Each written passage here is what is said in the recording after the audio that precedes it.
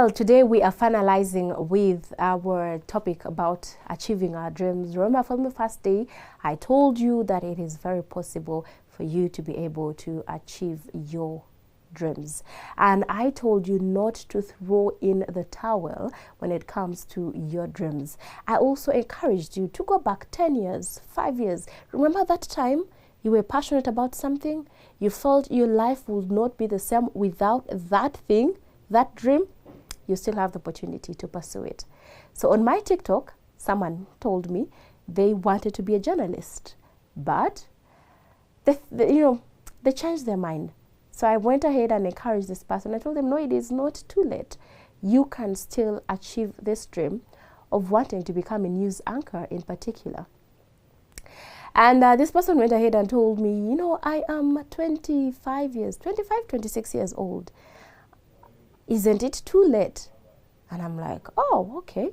By 26, you still have a lot of time ahead of you. 26, you are young to achieve whatever dream that you want to achieve. So here, what is that thing that is stopping you from pursuing your dreams? Why are you giving up on your dreams?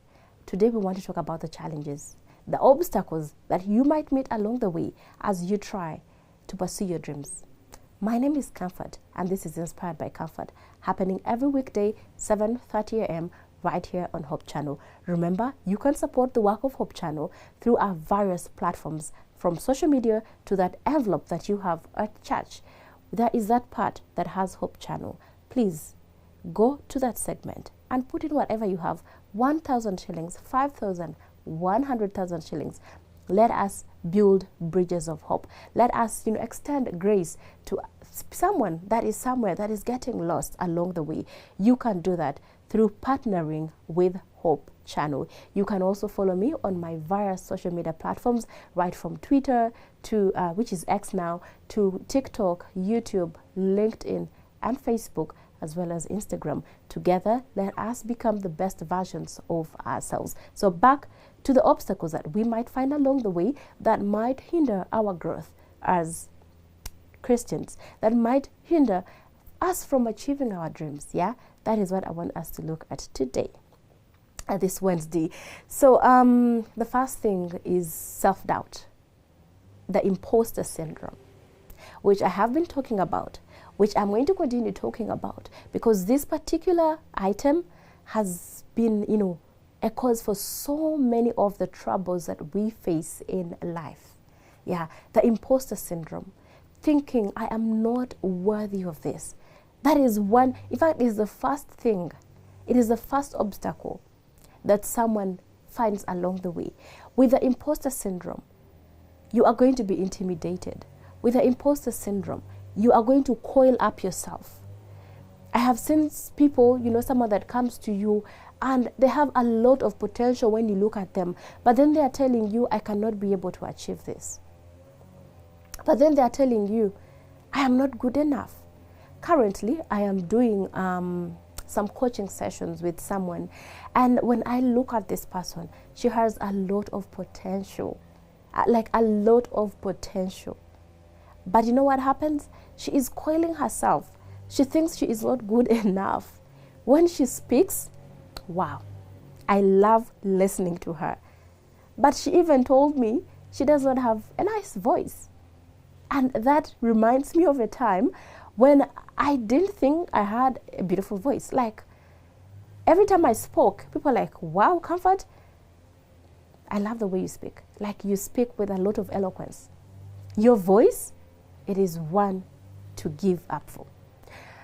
But I never really used to appreciate that. Like, I would at times record and then listen to myself, and I'm like, oh, what is beautiful about this voice? Like, what is this person talking about anyway? But along the way, I learned to appreciate my voice. Yeah. So at times the imposter syndrome will come in.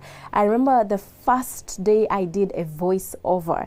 Someone was doing some documentary, and they asked me to voice for them their script for the documentary. So I told him, no, I cannot voice. My voice is not that good. There are voiceover artists that are very good out there. So I think instead of spending your money on me, please go out. And you can imagine, this person walked up to me and told me, you know what, Comfort, I have this project that I'm working on. I am going to pay you, and this is my script. Please voice it for me. And I almost turned down that offer, but he insisted. And surprisingly, the rest is history, I should say, because I've been voicing over their scripts since 2017. Yeah, I've been voicing over their scripts. So any project that they get, they keep referring. No, he keeps calling me, Comfort, I have this work. And many people do, like, they love my voice. They appreciate the voice. So at times the imposter syndrome is going to come in, and that is a hindrance to us achieving our dreams. Maybe you got to a point and thought to yourself, in our lineage, no one has ever started a company, so I am not going to start a company. That is not for us. Yeah? Maybe you are thinking, but my level of education, I'm not good enough, so I'm going to drop it. The second thing that is always a hindrance is what other people think of us. Yeah. The external, critics that we get. Those are people that will ask questions such as, who does she think she is? Who does he think he is? Like, where are you from? And who has given you the authority to speak? Who do you think you are to do ABCD? People will do that. And some of us are not good at, we're not resistant. Some of us do not have the stamina to be able to face what other people think about us. So when someone says, you don't deserve that, we give them, we acknowledge what they've said. We give them the mandate. We give them the power over us, and we go ahead to withdraw from whatever it is that we wanted to do. So there are people outside there, critics, who disqualify us in so many situations. I have been disqualified from so many things. Yeah. Some people questioned, there was an opportunity that came for me to be a leader somewhere. And some people came up and were like, but who does she think she is? She cannot lead us. She is not good enough. She's not ABCD. So many reasons were given. But when I took up that role, when I started executing, when I started working, those that were against me, some of them came to me and confessed and told me, you know what, Comfort, we actually did not think you qualified for that position. But looking back now, you were the best candidate. So those people are going to be there. You're going to find them along the way. But one thing stands. Stand your ground. Believe in yourself. Remember what I talked about? Believe in yourself. When you believe in yourself, it's not going to matter what other people are going to... Like, the voice is going to be outside noise. Yeah? You know what happened to David? He had a lot of critics. The outside world disqualified him. But something within him told him, you are capable. You are able. And he went after that. He did not give up. The third obstacle that we face a lot, that I'm going to end up with, is comparison. Yeah? I've hinted on this. But comparison has, affected so many of us. We compare ourselves to other people. We compare our academic qualifications. We compare, our background, family background. We compare our tribe. There's some people that feel like, if you're coming from this tribe, mama, do not even think of going into government positions.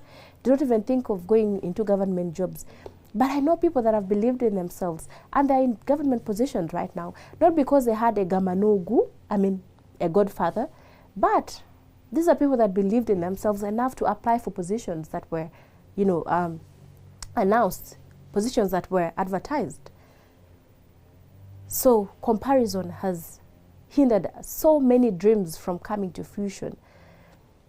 Comparing our height, comparing our beauty. Now, let me tell you, as a journalist, I don't even think I would be on your screen right now if I really went in with comparisons. Because I remember when I decided to do journalism, I got a lot of opposition. A lot of people telling me, no, you can't go after journalism because, well, first of all, they thought there were so many journalists out there that didn't have jobs. And then other people told me, but when you're going into journalism, they want beautiful ladies, they want light-skinned ladies. Now, hey, I am beautiful. I am beautiful. Like, that is something I knew right from when I was young. Because at home, they constantly told me how I was beautiful, how I had... Okay, I'm not going to say this one. But they constantly told me how I was beautiful. So, I mean, there is no way anyone was going to tell me otherwise. So when they talked about beauty, I was like, heck, I am beautiful. That was not even a go-to area for me to for us to discuss about. I was beautiful enough for journalism. And then secondly, they told me, you know what, they want light skin. So when it came to light skin, I was like, oh, I pulled back a bit. I was like, yeah, I think they are right. Because looking back then, the news anchors that I used to watch, that I used to follow, like, they were light-skinned. They were light-skinned. I don't remember seeing a dark-skinned, especially a female, yeah? That was reason enough for me to withdraw. But I did not withdraw because I knew me being a journalist was more than just my looks. It was more about what I had to deliver. And here I am. Am I not on your screen? Did I bleach? Am I light-skinned? No, I am still the comfort that I was even back then. And I do not even plan on becoming light-skinned. So if any TV station wants to hire me because I am light-skinned, that is up to them. I'm not going to do that. But if I get a media house that is going to, have me because of what I have to put out there, then I'm in for it, which is why I'm on your screen. So I want to tell you, stop comparisons. Comparisons are not going to help you in any way.